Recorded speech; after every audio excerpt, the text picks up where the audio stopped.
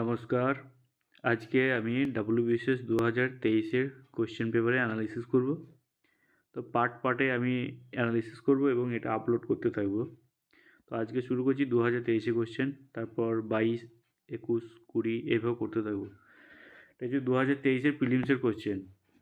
তো 2023-এর প্রিলিমসের কোয়েশ্চেনে প্রথম দিকে 25টা কোয়েশ্চেন যেটা ইংরেজিতে থাকে, সেটা হচ্ছে vocabulary, grammar, tense, voice change এইসবের উপর থাকে। ইংরেজিটা আমরা পরে করব। আমি ডাইরেক্ট শুরু করছি জিএস থেকে আমরা শুরু করব। তো ফার্স্ট কোয়েশ্চেন জিএস শুরু হচ্ছে কোয়েশ্চেন নম্বর 26। আমরা এটা অ্যানালিসিস করব। ফার্স্ট কোয়েশ্চেন কি, which of the following pairs comprises of the smallest and the largest endocrinic gland of human respiratory? মানে মানুষের ক্ষুদ্রতম এবং বৃহত্তম এন্ডোক্রিনিক গ্ল্যান্ড কি? এখানে তিনটে কি পয়েন্ট, একটা হচ্ছে স্মলেস্ট, একটা হচ্ছে লার্জেস্ট, আর একটা হচ্ছে এন্ডোক্রিনিক গ্ল্যান্ড। এন্ডোক্রিনিক গ্ল্যান্ড কি? এন্ডোক্রিনিক গ্ল্যান্ড হচ্ছে যে সমস্ত গ্রন্থিগুলা, মানবদেহের যে সমস্ত গ্রন্থিগুলা রস উৎপন্ন করতে পারে তাদেরকে বলে এন্ডোক্রিনিক গ্রন্থি, বা হরমোন তৈরি করতে পারে সেটাকে বলে এন্ডোক্রিনিক গ্ল্যান্ড, বাংলায় যাকে বলে অন্তঃক্ষরা গ্রন্থি।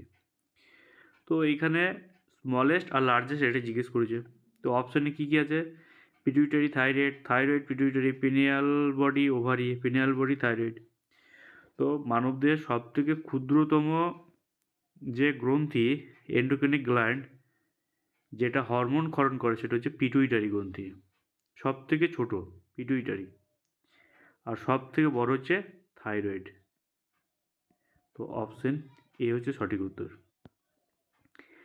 Next question number 27, name of the first news paper in India. ভারতে প্রথম সংবাদপত্রের নাম কি? তো সেটা হচ্ছে বেঙ্গল গ্যাজেট, বা এটাকে হিকি গ্যাজেট বলে। কোয়েশ্চেন নম্বর 28, এটা খুব গুরুত্বপূর্ণ, কেননা প্রথম দিকের কোয়েশ্চেন দুটো যা ছিল সেই কোয়েশ্চেনগুলোতে কনসেপ্ট সেরকম কিছু লাগে না, কিন্তু কোয়েশ্চেন নম্বর 8 অনেকে ছেড়ে দিয়ে পালিয়ে আসবে, ভয় করবে না, কিন্তু কোয়েশ্চেন নম্বর 28 এত সোজা যে যদি একটু ধারণা থাকে তারপরে সবাই করতে পারবে। কোয়েশ্চেন কি, the efficiency of A Carnot engine working between 2 to 7 degree Celsius and 27 degree Celsius. যদি একটা কার্নোট ইঞ্জিনের কর্মদক্ষতা 227 থেকে 27 ডিগ্রির মধ্যে, তার এফিসিয়েন্সি কত, কর্মদক্ষতা মানে এফিসিয়েন্সি কত সেটা বার করতে বলেছে। এই কোয়েশ্চেনটা আমি দেখেছি অনেকগুলো পরীক্ষাতে এসেছিলো এই কোয়েশ্চেনটা। তো জাস্ট ডেটা পাল্টে এসছে, মানে 227 জায়গায় অন্য কিছু ছিল। তো এটাকে সলভ করার জন্য জাস্ট একটা ফর্মুলা মনে রাখলেই হবে। ফর্মুলাটা কি? ফর্মুলাটা হচ্ছে টাউ, এই চিহ্নটাকে বলে টাউ। তো tau equals to 1 minus T2 by T1, T2 by T1।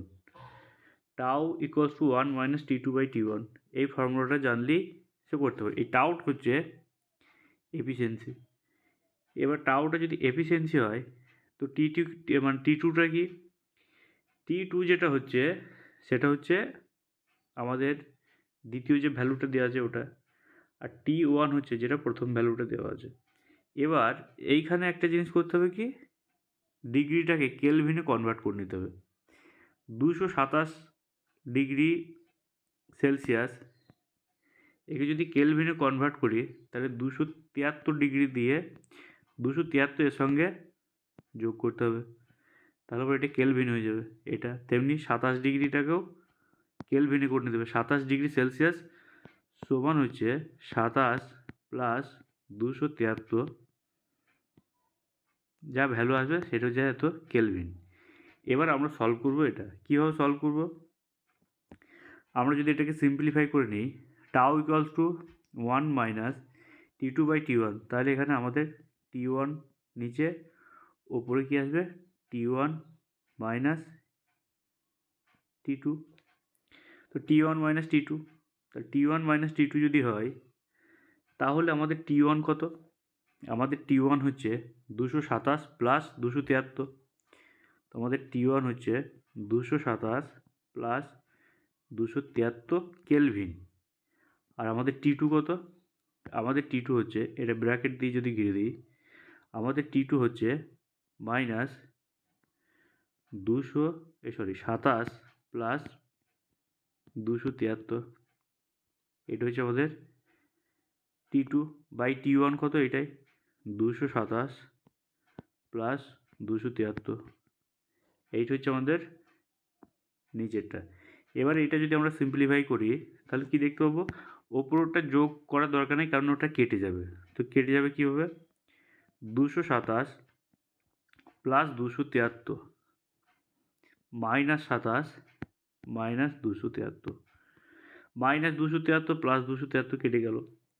এবার 227 থেকে 27 বাদ দিলে পড়ে থাকে 200, আর নিচে 227-এর সঙ্গে 273 যোগ করলে আসবে 500।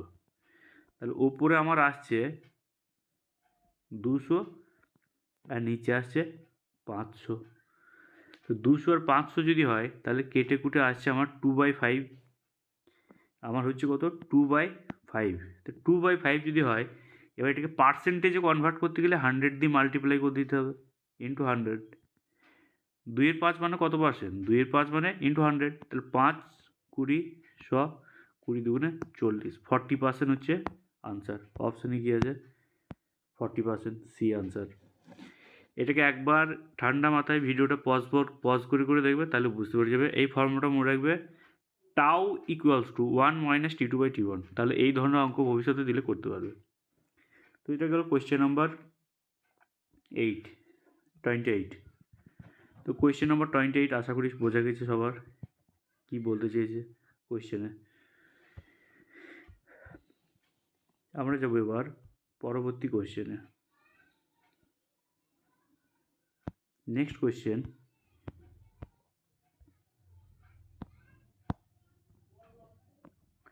কোয়েশ্চেন নাম্বার, এটা হয়ে গেল 40। Question number 29। Question number 29, which one of the following is not feature of Indian federation. এটা পলিটি চ্যাপ্টার থেকে কোয়েশ্চেন। এখানে বলেছে নট, আর একটা বলেছে ইন্ডিয়ান ফেডারেশন। নট আছে আর ফেডারেশন আছে। বলছে কোনটা যুক্তরাষ্ট্রের বৈশিষ্ট্য নয়। এবার প্রথমে জানতে হবে যে ফেডারেশন মানে কি জানতে হবে। যদি যে ফেডারেশন মানে কি জিনিস জানে না, সেখানে কোয়েশ্চেন আনসার করতে পারবে না। India is a federal country মানে কি বোঝো? যদি কিছু বোঝো তাহলে এটা আনসার করতে পারবে, নাহলে করতে পারবে না। ফেডারাল কান্ট্রি মানে হচ্ছে একটা কেন্দ্র আছে আর তার অনেকগুলা রাজ্য আছে। এবার কেন্দ্র আর রাজ্য একটা চুক্তিতে বদ্ধ আছে। এটা মনে করো ওয়েস্ট বেঙ্গল, এটা মনে করো আসাম, এটা মনে করো মহারাষ্ট্র, এটা মনে করো তামিলনাড়ু। তো আর এটা হচ্ছে সেন্টার। তো সেন্টারের সঙ্গে রাজ্যরা একটা চুক্তিতে চুক্তিবদ্ধ আছে। এই চুক্তিটা হচ্ছে ফেডারেশন, এই চুক্তি হচ্ছে ফেডারাল। এবার এই চুক্তিতে থাকতে গেলে কী কী বৈশিষ্ট্য হবে ভালো করে বোঝো। যদি এই চুক্তি এরকম থাকে, তাহলে এই চুক্তি হলে পরে রাজ্য আর কেন্দ্রের মধ্যে যাতে সংঘাত না বাঁধে, তার জন্য একটা কী থাকতে হবে? একটা কোনো দস্তাবেজ থাকতে হবে, সেটা হচ্ছে কনস্টিটিউশন। একটা সংবিধান থাকতে হবে, রিটেন কনস্টিটিউশন থাকতে হবে, রিটেন কনস্টিটিউশন থাকতে হবে। এটা প্রথম বৈশিষ্ট্য। এবং সেই জিনিসটা যে বুঝে নিতে হবে যে এদের মধ্যে যে একটা রিটেন কনস্টিটিউশন থাকলো, একটা দস্তাবেজ থাকলো। দ্বিতীয় পয়েন্ট কী হবে? যে এই যে দস্তাবেজটা দেবে কাকে, সমস্যার সমাধান কে করবে, শুনবেটাকে? একটা আনবায়াস একটা কোর্ট থাকতে হবে, তাহলে একটা সুপ্রিম কোর্ট থাকতে হবে, সুপ্রিম কোর্ট থাকতে হবে। এইগুলো তো এইগুলো যে ফেডারেল কান্ট্রির বৈশিষ্ট্য। মানে মনে করো কোনো পিতা, তার 3-4টে ছেলে মেয়ে আছে। পিতার মৃত্যুর পর 4 ছেলে যাতে মারামারি না করে জমি জায়গা নিয়ে, তাই বাবা কোথাও উইল লিখে দিয়ে গেছে। সেই লিখে দেওয়াটা হচ্ছে সংবিধান। আর সেটা নিয়ে কার কাছে যাবে, কে বুঝিয়ে দেবে? যে বুঝিয়ে দেবে সেটা হচ্ছে কোর্ট, সুপ্রিম কোর্ট। তাহলে ফেডারেল কান্ট্রিতে কী হবে? একটা হচ্ছে সংবিধান থাকবে একটা, 2 হচ্ছে সুপ্রিম কোর্ট থাকবে, মানে একদম ইন্ডিপেন্ডেন্ট সুপ্রিম কোর্ট, যে কারোর প্রতি বায়াস নয়। তাহলে এইখানে আমরা দেখে একটা একটা করে সলভ করার চেষ্টা করি। বলছি which of the following is not features of Indian federation. কোনটা ফিচার্স নয়? বলছে there is an independent judiciary in India. একটা স্বাধীন আদালত থাকবে। তাহলে এটা তো ফেডারেলের ফিচার্স, তাহলে এটা হবে না গো। নট বলেছে, কোনটা নয়, তাহলে এটা তো হচ্ছে, তাহলে এটা হবে না গো আনসার। দ্বিতীয় বলছে power have been clearly divided between central state. রাজ্য এবং কেন্দ্রের ক্ষমতা মানে একদম ক্লিয়ার কাট ভাগ করা থাকবে। হ্যাঁ, এটাও ফেডারেলের বৈশিষ্ট্য। যে কিছু জিনিস আছে যে সেই সমস্ত জিনিসে রাজ্য সরকার আইন তৈরি করতে পারবে, আর কিছু জিনিস আছে যেটা কেন্দ্র সরকার আইন করতে পারবে। সেই মিলিয়েই তো আমরা একটা চুক্তি করেছি। কিছু কিছু জিনিসে যেমন আছে রাজ্যের পুলিশ রাজ্যের আন্ডারে, রাজ্যের এগ্রিকালচার রাজ্যের আন্ডারে, অনেক জিনিস আছে ল্যান্ড সিস্টেম রাজ্যের আন্ডারে। তো অনেক জিনিস আছে যেগুলো রাজ্যের আন্ডারে, সেগুলো রাজ্য আইন বানাতে পারবে, কিছু ক্ষেত্রে কেন্দ্র আইন বানাতে পারবে। তো এটাই হচ্ছে একটা চুক্তি, ফেডারেশন। তো power have been clearly divided between central and state, দুজনের মধ্যে ভাগ করা থাকবে। সেইটাই তো সংবিধান লেখা আছে যে তোমার ক্ষমতা কতটা, ওর ক্ষমতা কতটা। তো এটা অ্যাকচুয়ালি কনস্টিটিউশনেরই একটা, মানে যে ইন্ডিপেন্ডেন্ট কনস্টিটিউশন একটা থাকবে, রিটেন কনস্টিটিউশন, তারই একটা পার্ট বলতে পারো এটা। তাহলে এটাও ফেডারেল স্টেটের লক্ষণ, তাহলে এটা হবে না গো। কোয়েশ্চেন নম্বর সি, অপশন সিতে কী আছে? The federation unit have been given unequal representation in the Rajya Sabha. রাজ্যসভাতে সবাইকে মানে ঠিকঠাক রিপ্রেজেন্টেশন দেওয়া হবে না। এটা কী বলতে চাইছে? আমাদের একটা হাউস আছে লোকসভা, আর একটা হাউস আছে রাজ্যসভা। এবার মনে করো এইখানে ওয়েস্ট বেঙ্গল, এখানে তামিলনাড়ু, এখানে অন্ধ্রপ্রদেশ, এখানে মহারাষ্ট্র, এখানে গুজরাট। তো ওয়েস্ট বেঙ্গল তো তখনই চুক্তিতে যেতে যাবে যে তামিলনাড়ুর যতটা রিপ্রেজেন্ট করবে রাজ্যসভাতে নিজের স্টেটকে, অন্ধ্রপ্রদেশ যতটা রিপ্রেজেন্ট করবে নিজের স্টেটকে, মহারাষ্ট্র যতটা করবে, গুজরাট ততটা করবে, ততটা যদি ওয়েস্ট বেঙ্গলকে না করতে দেয় তাহলে চুক্তিতে যাবে না গো। সেই চুক্তিতে গিয়েছে বলে তো ফেডারেল কান্ট্রি হয়েছে। তাহলে তাকে ইকুয়াল রিপ্রেজেন্টেশন দিতে হবে। সবাই যদি ইকুয়াল রিপ্রেজেন্টেশন পায় তাহলে আমাকেও দিতে হবে। কিন্তু এখানে বলেছে আনইকুয়াল, তাহলে এইটা ফেডারেলের বৈশিষ্ট্য নয়। তাহলে কোনটা নয়? তাহলে এটা। কেননা ইকুয়াল রিপ্রেজেন্টেশন থাকতে হবে, রাজ্যসভাতে সবাইকে ইকুয়াল রিপ্রেজেন্টেশন দিতে হবে, তাহলে এটা ফেডারেল বৈশিষ্ট্য নয়। তো বোঝা গেল। আর একটা 4 নম্বরে যে অপশনটা একবার দেখে নিই, it is the result of arrangement among the federal unit. ওটা আমি প্রথমে বললাম রেজাল্ট অফ এগ্রিমেন্ট মানে একটা চুক্তি, এটা তো বটেই। তাহলে সি হবে না, বোঝা গেল। আশা করি কনসেপ্টটা বোঝা গেছে। কনসেপ্ট বোঝা থাকলে কোয়েশ্চেন তুড়ি মেরে সলভ হয়ে যাবে। তারপরে আমরা দেখি নেক্সট কোয়েশ্চেন। এটা আমি 30 নম্বর কোয়েশ্চেনও সলভ করছি না, কারণ এটা তখনকার সময়কার কারেন্ট অ্যাফেয়ার্সের কোয়েশ্চেন, কারেন্ট অ্যাফেয়ার্স তখনকার রিলেটেড। হ্যাঁ, এই একটা কোয়েশ্চেন জিএসের খুব ভালো কোয়েশ্চেন, যে who started Faraji movement K start করে? তো এটা খুবই পপুলার কোয়েশ্চেন আর খুব ইজি কোয়েশ্চেন। সেটা হচ্ছে ফরাজি মুভমেন্ট যে স্টার্ট করেছে তো তিতুমিরের আর একটা নাম মনে থাকবে, পরীক্ষায় দেয়, এর আর এক নাম হচ্ছে মীর নিসার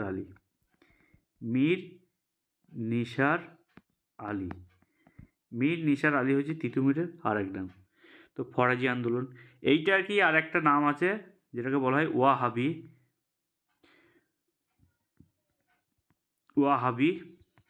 আন্দোলন। তো ওয়াহাবি আন্দোলন আর ফরাজি আন্দোলন একে, যেটা হচ্ছে তিতুমির। কেউ যদি জিজ্ঞেস করে কনওয়ার সিং কিসের সঙ্গে যুক্ত, কনওয়ার সিং হচ্ছে সিপাহী বিদ্রোহের সঙ্গে যুক্ত, Kunwar Singh. Next question, the British committee of the Indian National Congress was started 1889 under the chairmanship of. 1889 সালে কংগ্রেসের যে সভা হয় সেখানে চেয়ারম্যান কে ছিল? এইখানে মনে রাখবে যে কংগ্রেস প্রতিষ্ঠা হয় 1885 খ্রিস্টাব্দে, আর সেই 85 খ্রিস্টাব্দে প্রথম যিনি চেয়ারম্যান ছিলেন তার নাম হচ্ছে উমেশচন্দ্র ব্যানার্জি ছিলেন প্রথম চেয়ারম্যান। এখানে জিজ্ঞেস করেছে 89, তো 85, 86, 87, 88, 89। তো 89 সালে যিনি চেয়ারম্যান ছিলেন তিনি হচ্ছেন WB উডেনবার্ন। ডি হবে উত্তর। আর এর সেশনটা কোথায় হয়েছিল? বম্বে হয়েছিল সেশনটা। তো হচ্ছে W উডেনবার্ন। নেক্সট কোয়েশ্চেন, এটাও 33 নম্বর কোয়েশ্চেনটা হচ্ছে তখনকার কারেন্ট অ্যাফেয়ার্স রিলেটেড কোয়েশ্চেন। এটা আমরা করব না, এইটা খুব গুরুত্বপূর্ণ। এই ধরনের অঙ্কগুলা যারা অঙ্কে একটু ভয় পায় তারা ছেড়ে দিয়ে পালিয়ে আসে, অথচ খুব সোজা অঙ্ক। কীভাবে দেখি? বলছে A stood 10th in the class while B ranked 38 from the bottom. B's result is better than A and there is 2 students between A and B. Total number of students are. বলছে একটা ক্লাসে, কোনো একটা ক্লাসে সেখানে বলেছে যে এ এর র্যাঙ্ক হচ্ছে 10th, এ 10 র্যাঙ্ক করেছে, বি এর র্যাঙ্ক বলে দিয়েছে 38। ঠিক আছে, হ্যাঁ 38 কোনো বটম, মানে সবার শেষের দিক থেকে যদি বিকে ধরা হয় তাহলে বি এর র্যাঙ্ক হচ্ছে 38। অ্যান্ড আরেকটা কী বলে দিয়েছে, বি এর result is better than A, মানে বি এর রেজাল্ট এর থেকে ভালো, এবং there are two student between A and B, আর এ আর বি এর মাঝে দুটো স্টুডেন্ট আছে। এবার বলছে টোটাল নাম্বার অফ স্টুডেন্ট কত। জাস্ট আমি একটা ফর্মুলা দিয়েছি, তুড়ি মেরে হয়ে যাবে এটা। কী হবে ফর্মুলাটা, হচ্ছে টোটাল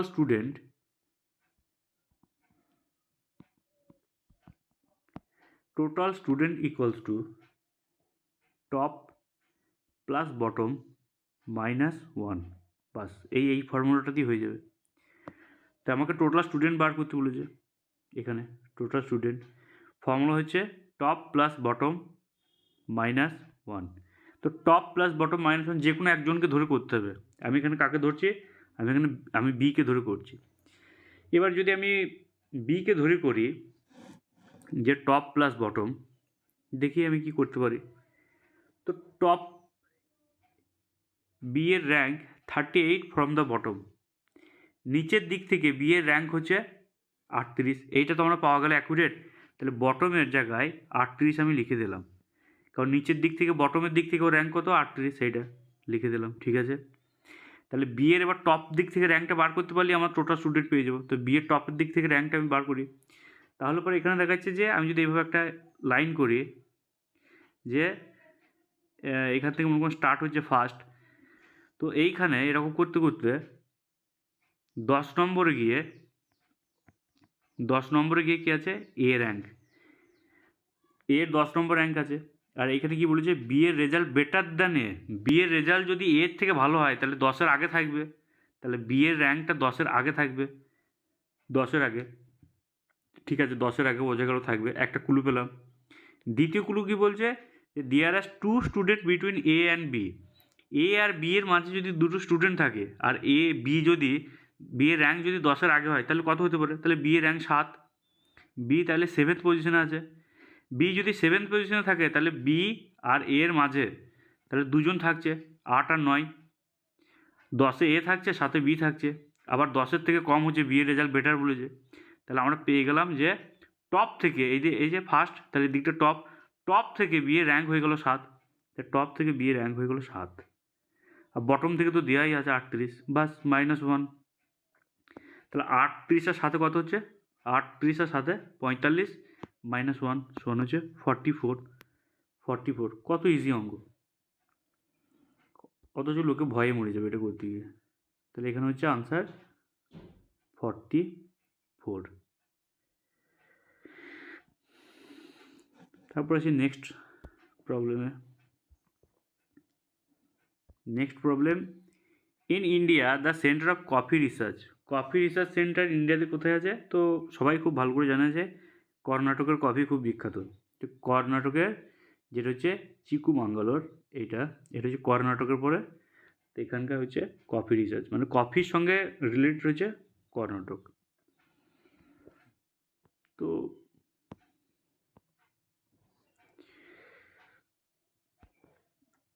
আজকে আমরা তাহলে কটা কোয়েশ্চেন সলভ করলাম, আজকে আমরা 26 থেকে করলাম,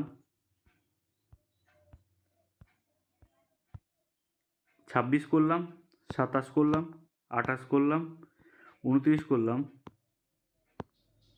31 করলাম, 32 করলাম, 34 করলাম, আর 35 করলাম। তো আজকে আমরা এই পর্যন্ত করলাম। পার্ট 1 এটাই থাক, পরের পার্টে আবার বাকিটা করব। এই পর্যন্ত দেখো কেমন লাগছে জানিও।